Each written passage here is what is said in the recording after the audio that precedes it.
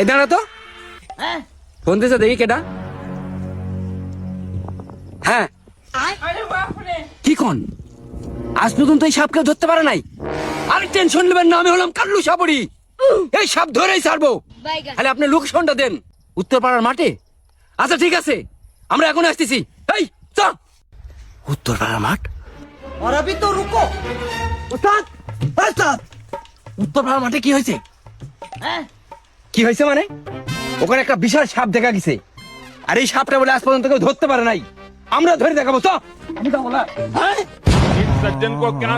এই দাঁড়া, চলে যাচ্ছিস মানে?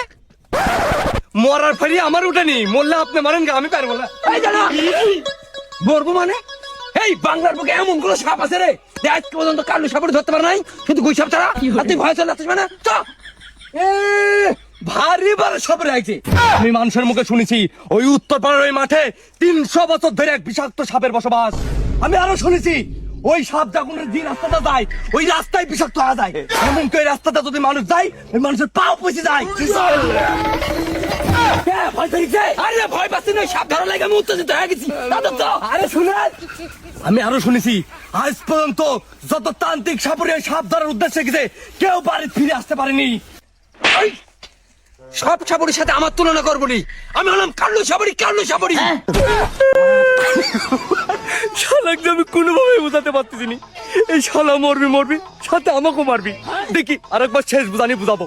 উস্তাদ, আপনি যে সাপ ধরতে যাচ্ছেন, আপনি কি জানেন ওর দাড়ি বুঝ পাই কি সব চাঁদা হয়েছে, আর ওর গাও দেয় সবসময় বিষ ধরে, বিষ। আর ওই জানো তেন জায়গা কামড় মারে না উস্তাদ, ওই কামড় মারে গুয়া। কি করে গুয়াত কামড় মারে মানে? এই জন্যই তো বিষ না হতে পারে না। শালা আমাকে যদি কামড় মারে আমি পাওয়া গিয়ে দেবো, তাও গোয়ায় গিয়ে দেবো। এই শোন, ভয় পাসনি, আরে আমার উপর বিশ্বাস রাখ। আরে মরলে দুদিন একসাথে মারবো, আর যদি ফাঁসি ফিরি এই বাংলার বুকে আমরা রাজ করে খেতে পারবো।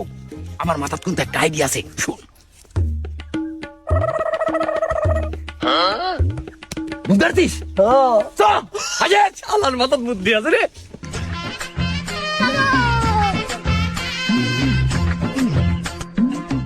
উস্তাদ, আমার না খুব ভয় করতেছে উস্তাদ।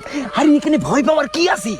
আমি কালু সাবুর তো আছি, আর আমি যে তন্ত্র মন্ত্র জানি ওকে আমি খেয়াল করেই ছাড়বো।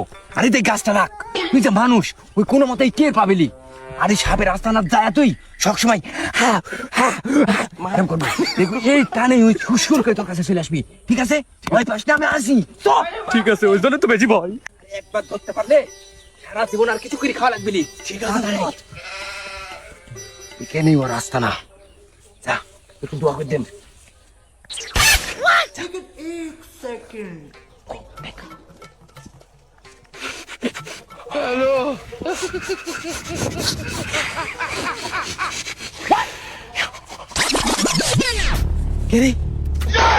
উস্তাদ জামা কইলি এখানে এসে ফাঁসফুস করলে সাপ আসবি। ফাঁসফুস করতে করতে আমার গোয়াতে দান বাড়া গেল, সাপের দেখা তখন পানো। শালা যাই একটু ওখানে বসে গি।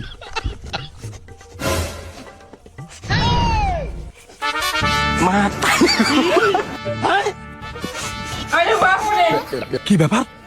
আমার রাজ্যে অদ্ভুত এক প্রাণীর গন্ধ পাচ্ছি। এস পর্যন্ত কোন তান্ত্রিক কোন সাবরি আমার রাজ্যে প্রবেশ করতে পারে নাই। কার এত বড় বুকের ব্যথা আমার রাজ্যে প্রবেশ করে? যাই তো দেখি। কি করে